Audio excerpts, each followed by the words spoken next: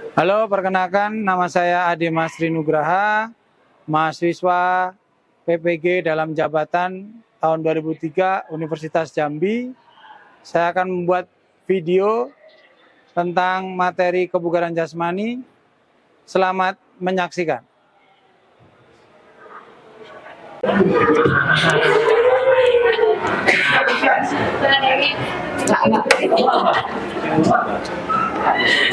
Siapkan. Berdiri. Bersiap.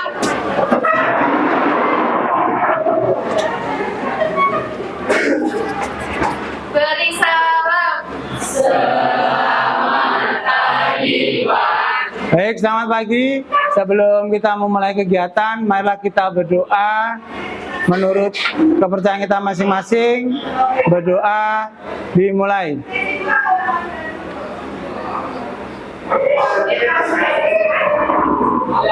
Berdoa selesai.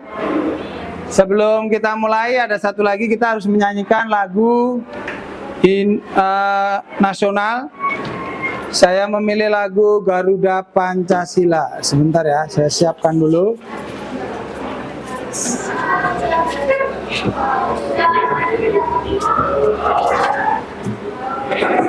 Proyektornya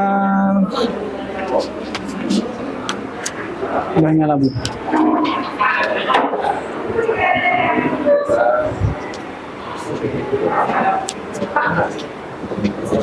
Masih ya.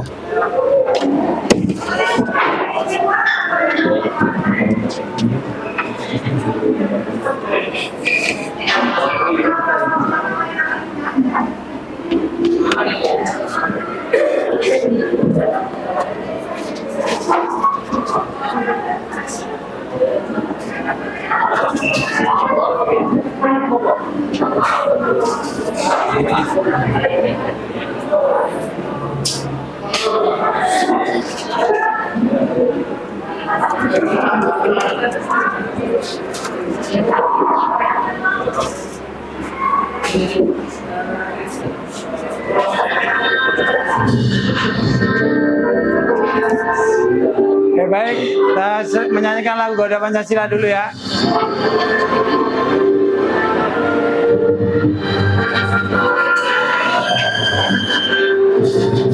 Garuda Pancasila, akulah pendukungmu, patriot proklamasi, sedia berkorban untukmu.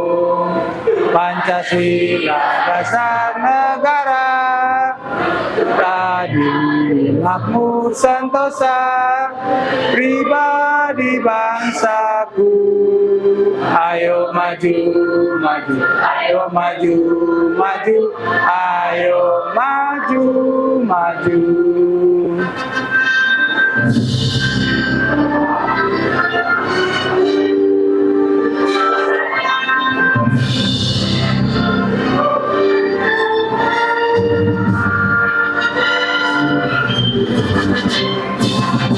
Garuda Pancasila, akulah pendukungmu, patriot proklamasi, sedia berkorban untukmu.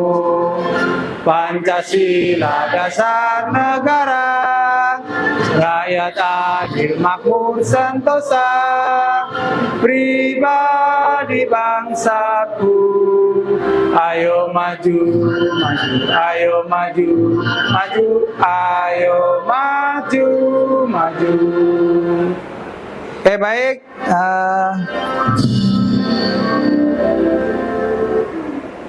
Langsung silakan duduk. Terima kasih.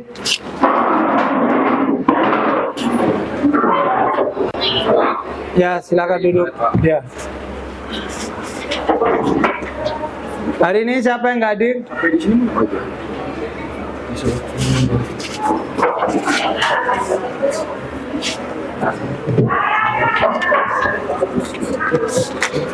Hari ini siapa yang tidak hadir? Semua masuk ya? Oke.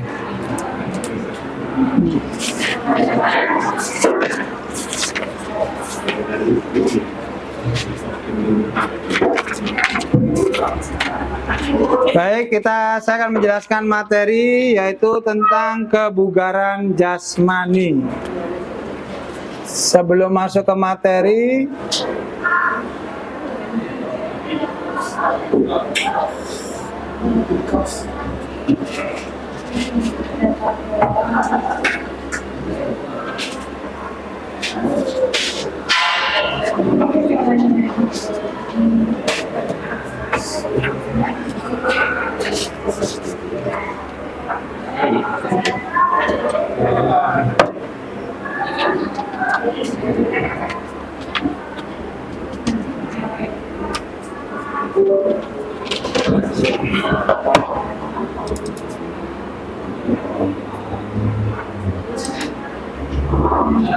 oke, baik.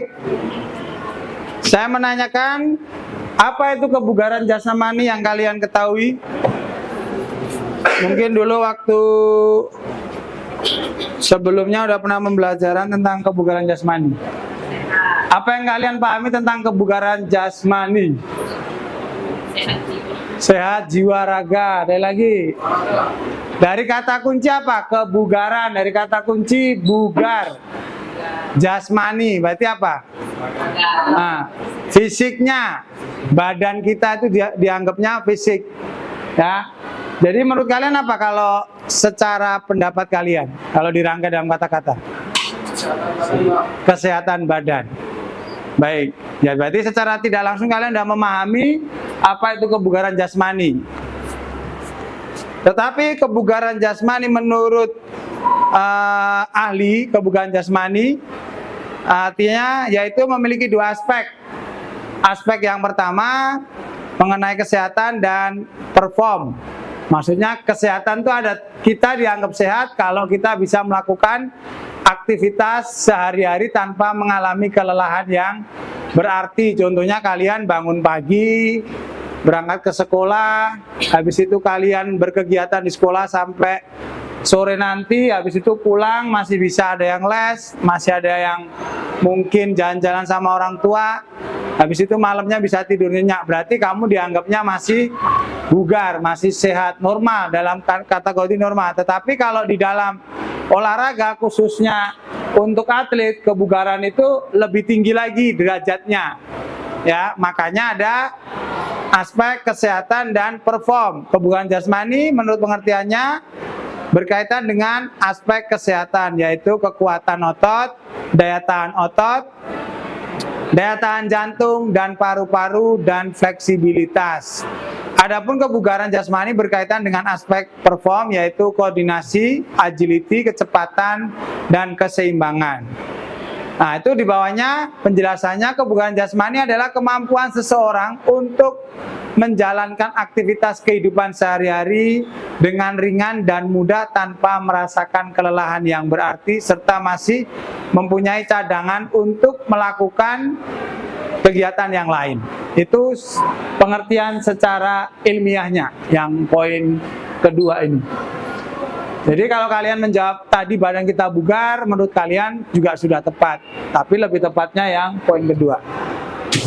Baik, sebelum masuk ke materi, tujuan pembelajaran kali ini kita intinya mengetahui kemampuan kondisi badan kalian. Jadi setiap teman-teman di sini memiliki kondisi badan yang berbeda. Mungkin si A jago di daya tahan, mungkin Clement bisa kuat di bagian kecepatan, ya. Jadi semuanya di sini nanti akan dites, nanti akan saya bikinkan post di bawah untuk praktek. Semua mencoba saja bagaimana kemampuan kebugaran jasmaninya. Baik, saya lanjut. Nah, di situ ada yang tahu nggak bentuk-bentuk latihan kebugaran jasmani? Dulu waktu SMP pernah melakukan kan? Apa aja? Ada apa aja contohnya latihan-latihan kebugaran jasmani? Push up, sit up, back up, skipping, satoran. Nah, dari kesekian itu kan impact-nya ke badan kita kan berbeda-beda. Kayak push up lebih ke tangan. Terus kalau sit up lebih ke perut. Kalau skipping lebih ke koordinasi kaki, tangan, mata, kepala, dan otak kita. Satoran ke ketahanan. Zigzag ke kelincahan. Nah, itu semuanya nanti ada komponennya. Bagaimana cara melakukan gerakannya, kalian sudah ada gambarannya. Nah, di sini manfaat kebugaran jasmani yaitu meningkatkan sirkulasi darah dan sistem kerja jantung. Itu udah pasti, namanya kita melakukan aktivitas olahraga akan meningkatkan kerja jantung kita, pompa darahnya akan semakin kuat.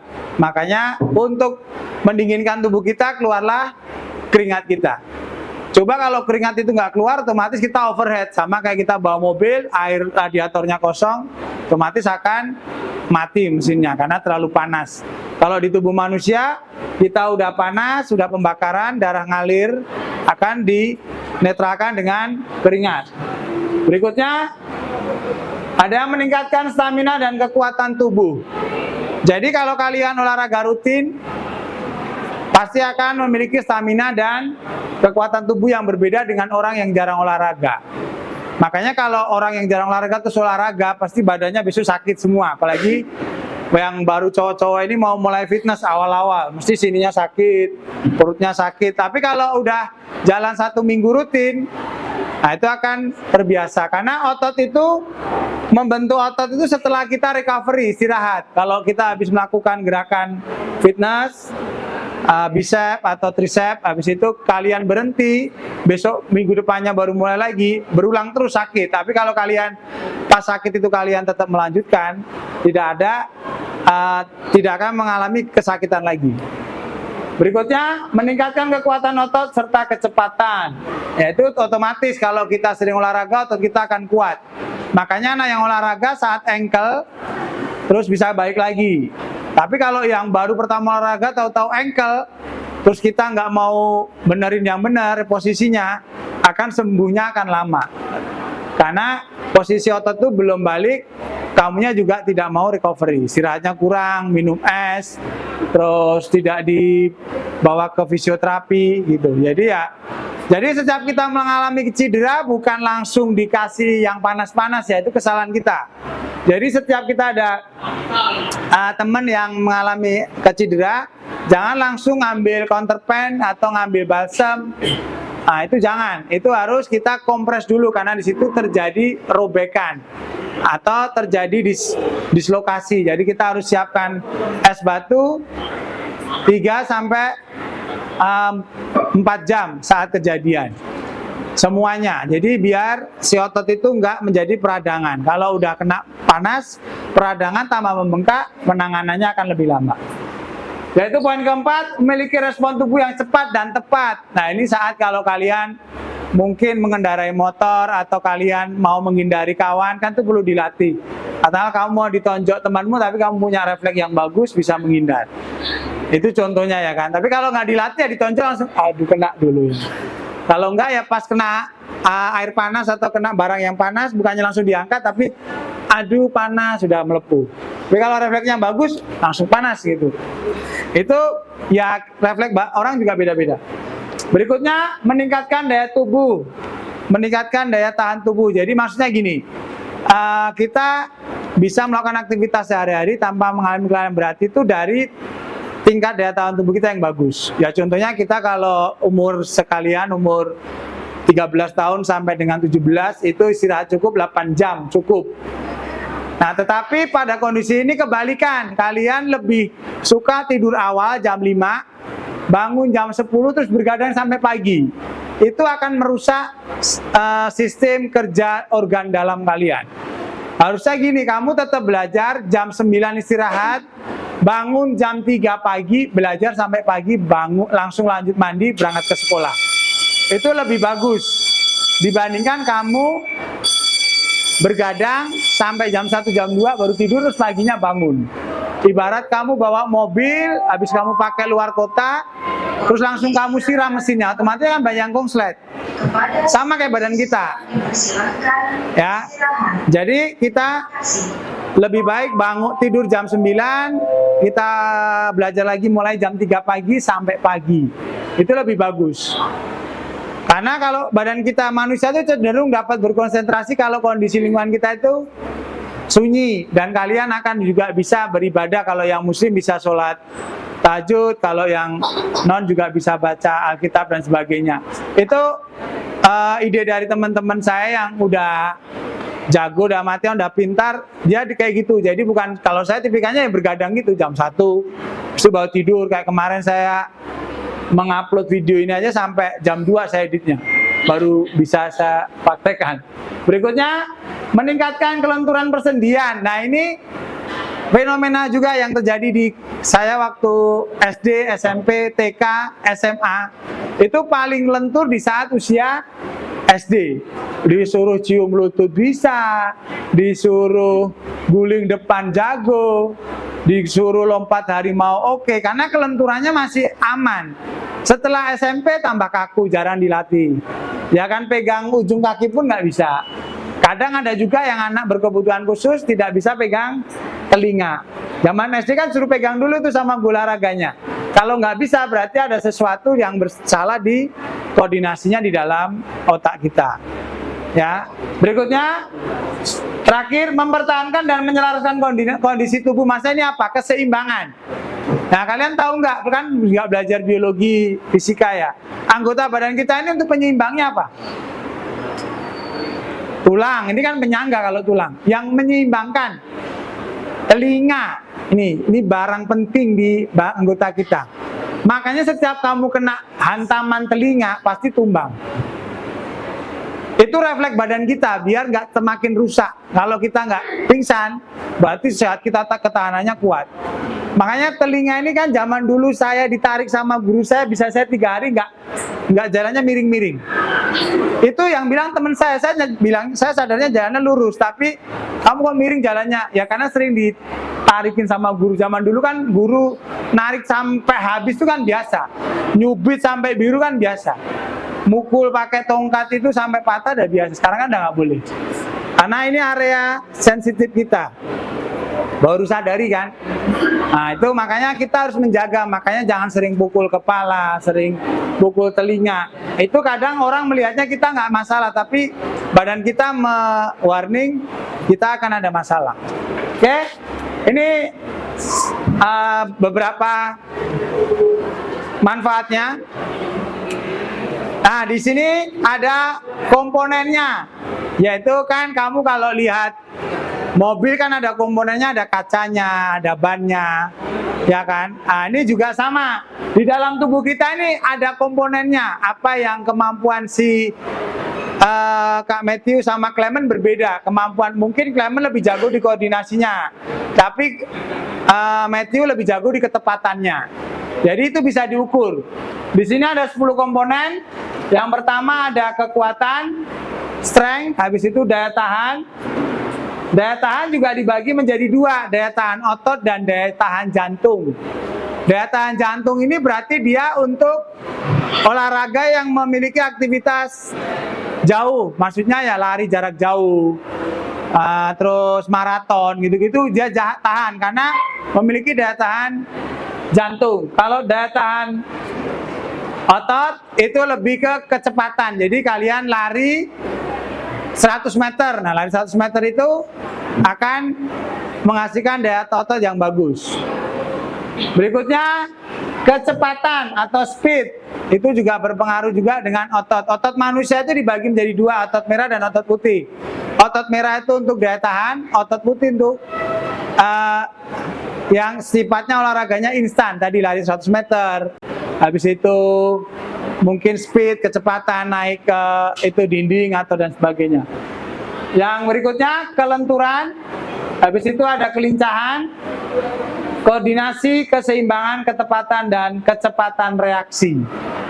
Nah, ini adalah 10 komponen yang ada di dalam kebugaran jasmani.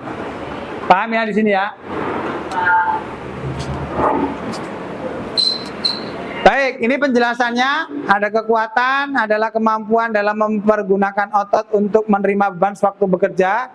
Kekuatan otot akan lebih dominan. Jadi otot itu terbentuk kalau kita melakukan kegiatan yang sifatnya berat. Contohnya mengangkat beban dari awalnya 1 kilo, besoknya naik 2 kilo, bisa naik ke 3 kilo. Ya, kita juga patut bangga karena atlet angkat besi kita lolos ke Olimpiade. Itu salah satu rekor, jadi bisa mengalahkan se-Asia. Baik, habis selesai ke kekuatan, lanjut lagi komponen daya tahan kardiovaskuler. Apa itu komponen kardiovaskuler? Yaitu daya tahan adalah kemampuan seseorang dalam memakai organ tubuh seperti jantung dan paru efektif secara efisien. Nah, ini saya kasih penjelasan. Ini saya gambarkan jantung ya. Jantung dibagi menjadi berapa bilik? 4. Terus ada selangnya, selang darah, pembuluh darah. Ini ya. Ini pembuluh darah keluar masuknya.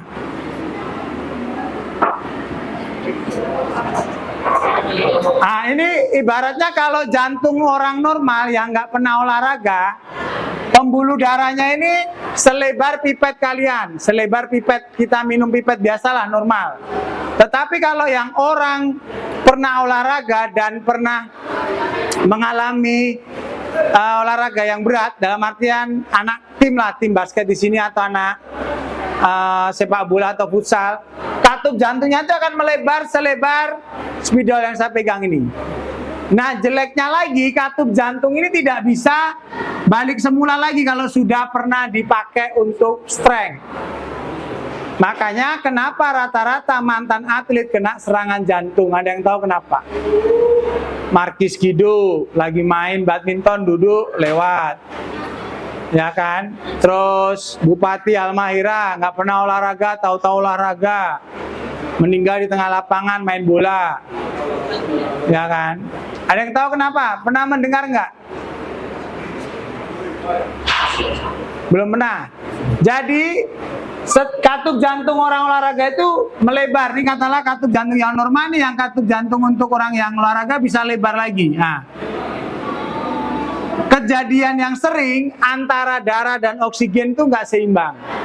Jadi saat kita overtraining, pada kemampuan jantung kita udah lemah, si oksigen aja yang masuk darahnya nggak mengalir, makanya kosong di sini.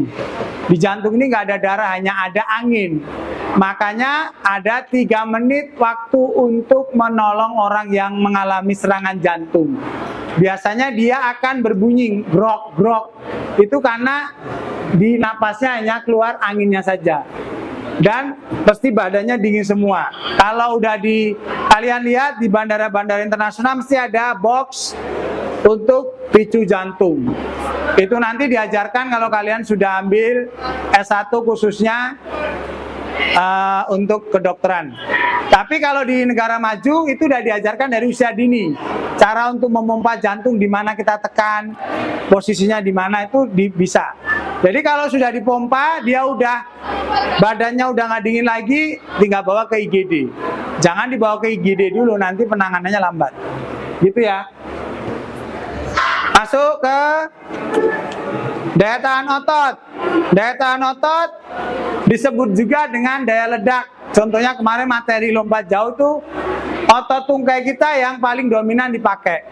Makanya ada yang bisa lompatnya jauh, ada yang pas mau lompat ragu-ragu karena mengalami bingung antara saya yakin nggak yang mau pakai kaki satu mau melompat padahal kaki saya nggak kuat. Jadi daya tahan otot disebut juga daya ledak. Explosive power adalah kemampuan seseorang dalam menggunakan kekuatan maksimum yang dikerahkan dalam waktu sesingkat-singkatnya. Oke, lanjut.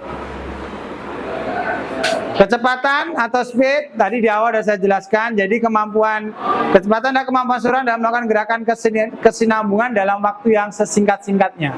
Jadi ya kayak main bola, kayak Ronaldo, dia punya kecepatan yang bagus, bisa menghindari lawannya di depan dengan secepat-cepatnya. Itu juga perlu dilatih, juga nggak langsung Ronaldo punya kecepatan yang bagus, nggak. Dia harus dilatih terus menerus agar memiliki kecepatan yang bagus. Itulah makanya uniknya untuk olahraga itu bukan kayak kita mempersiapkan kita lomba langsung ikut lomba, enggak, disiapkan dulu jauh-jauh hari baru kita bisa mengikuti lomba. Baik. Berikutnya kelentukan atau fleksibilitas. Ada daya lentur melihat pada efektivitas tubuh manusia dalam menyesuaikan diri dengan gerakan atau aktivitas yang mengandalkan kelenturan tubuh. Ya contohnya ini banyak di khususnya cabang senam ya, senam ritmik, senam lantai itu harus memiliki kelentukan atau fleksibilitas yang bagus. Berikutnya kelincahan. Nah, kelincahan adalah kemampuan seseorang dalam menyesuaikan diri dengan posisi tubuh seperti ke depan, ke belakang, dan gerakan ke kanan dan ke kiri. Dulu waktu SD mungkin kamu hanya disuruh sama gurunya maju 2 langkah, mundur 2 langkah. Itu yang basic, yang masih gerakan loko, gerakan kasar. Jadi kalau sudah sekelas kalian anak SMA, lari zigzag itu yang paling sering dipakai. Berikutnya koordinasi. Koordinasi adalah merupakan kemampuan seseorang dalam menyatukan gerakan tubuh berbeda ke dalam satu gerakan yang efektif. Ya contohnya apa? Skipping. Ada yang bisa melepas talinya tapi kakinya nggak mau loncat. Ada yang bisa loncat tapi talinya nggak gerak. Berarti ada sesuatu yang bermasalah di dalam otak kita. Itu contohnya gerakan mengkoordinasikan 2 atau lebih anggota tubuh kita. Berikutnya keseimbangan atau balance merupakan kemampuan untuk mengendalikan organ dan saraf otot sehingga bisa mengendalikan gerakan tubuh. Kalau zaman SD kita gerakan apa? Yang sering dilakukan apa kalau zaman SD? Nah, kapal terbang, gerakan kapal terbang. Itu yang paling dominan. Kalau di keseimbangan di SMA biasanya lepas kaki kiri, nanti di sini ada berapa detik, lepas sini lagi. Itu untuk keseimbangan. Terakhir, ketepatan. Ketepatan adalah kemampuan dalam mengendalikan gerak sesuai dengan sasaran. Contohnya kalau kita lebih dominan ke memanah, menembak. Ya kalau untuk tes ketepatan biasanya lempar tangkap di dalam di dinding, saya kasih target lingkaran sekitar 30 cm, melempar sekitar 2 meter. Lempar tangan kanan, tangkap tangan kiri. Itu tes untuk ketepatan. Tapi kalau nanti saya hanya pakai 5 pos saja untuk kebugaran jasmani. Berikutnya reaksi adalah kemampuan seseorang dalam menangani rangsangan atau stimulasi yang diberikan oleh orang lain. Ya, jadi contohnya kamu kena panas, kamu langsung merangsang, terus kamu dicubit kawanmu, kamu menghindar. Itu namanya reaksi. Itu juga perlu dilatih kalau untuk atlet. Oke, ini jenis-jenis latihan nggak perlu saya jelaskan. Ada daya tahan, tadi ada dengan otot kaki, lengan, bahu, dada, perut, pinggang. Itu untuk daya tahan. Terus untuk daya tahan jantung, lari speed play atau lari bolak-balik. Interval training, jadi ada posisi lari tapi ada pos-posnya. Di situ ada jogging. Ini latihan untuk keseimbangan, ada latihan kelentukan, meregangkan tangan, sendi pergelangan, otot leher dan pinggang. Keseimbangan satu kaki, berdiri dengan satu kaki lagi, duduk mengangkat tubuh, gerakan meniti titian. Yang kecepatan, latihannya sprint. Ini bentuk-bentuk latihannya ya. Bukan praktek tes kebugaran jasmani. Ya, rentangkan kedua lengan tangan. Tegak gerak, hadap kiri gerak. Rentangkan kedua lengan tangan gerak. Gerak. Siapa yang mau mimpin pemanasan? Dari kepala baru ke tangan. Siap. Hitungan mulai 2 4 5 6 7. Tarik ke belakang.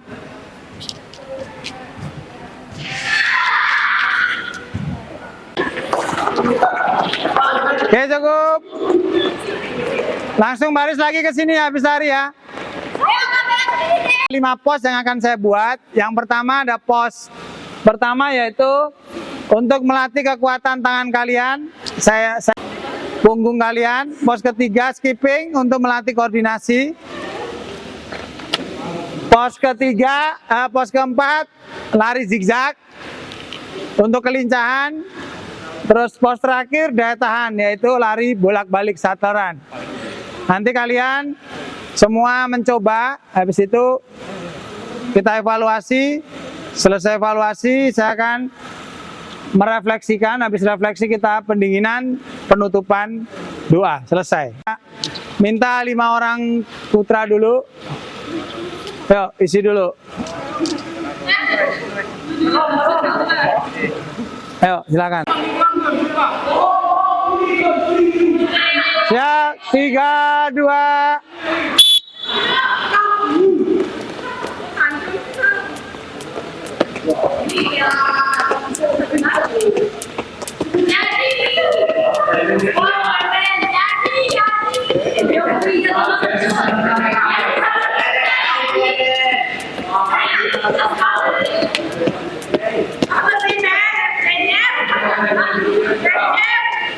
Lima detik lagi.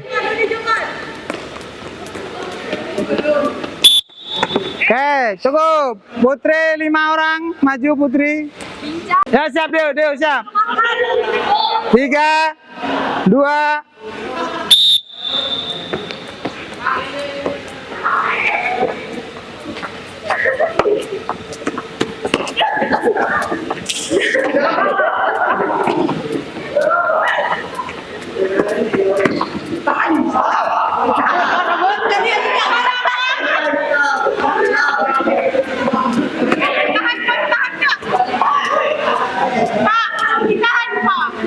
No. Baik, kita mengevaluasi dulu, merefleksikan kegiatan hari ini tadi. Kalian semua sudah mencoba ya, sudah mencoba melakukan tes kebugaran jasmani. Oke baik, saya mau tanya satu putra satu putri. Selemita, setelah kalian mau melakukan gerakan tadi, apa yang kamu rasakan? Pokoknya sampai Pak berkeringat, terus detak jantungnya jadi cepat. Detak jantung cepat. Terus bisa menjaga keseimbangan karena tadi skipping dan lari-lari juga mengatur nafas. Oke, baik. Terima kasih Selemita. Yang dari Matthew, silakan. Matthew, untuk refleksinya, kamu melakukan kegiatan kebugaran jasmani apa? Jadi tahu kondisi tubuh kita dan ketahanan tubuh kita seberapa kuat. Oke, baik. Terima kasih. Berikutnya kita pendinginan terlebih dahulu ya. Pendinginan sebelum mengakhiri kegiatan pada pagi hari ini, kita pendinginan dulu. Baris dulu. Hadap kiri ya. Rentangan ke geser kiri. Oke, tegak gerak, hadap kanan gerak. Baik, kita pendinginan terlebih dahulu. Saya yang memimpin pendinginannya. Yuk, mulai. 4, 5, 6, 7, 8. 1, 2, 3, 4, 5, 6, 7, 8. 1, 2, 3, 4, 5, 6, 7, 8.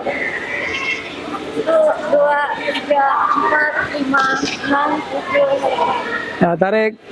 4, 5, 7, 8. Ya, kaki. 1, 2, 3, 4, 5, 6, 7, 8. 1, 2, 3, 4, 5, 6, 7, 8. Kaki kiri. 3, 4, 5, 6, 7, 8.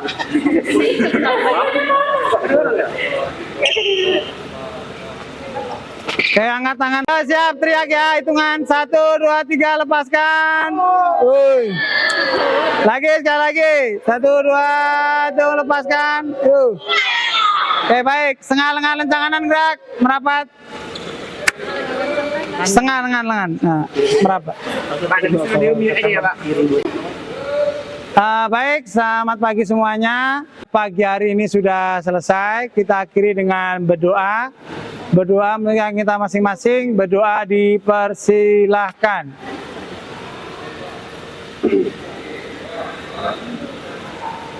Berdoa selesai. Terima kasih. Salam olahraga.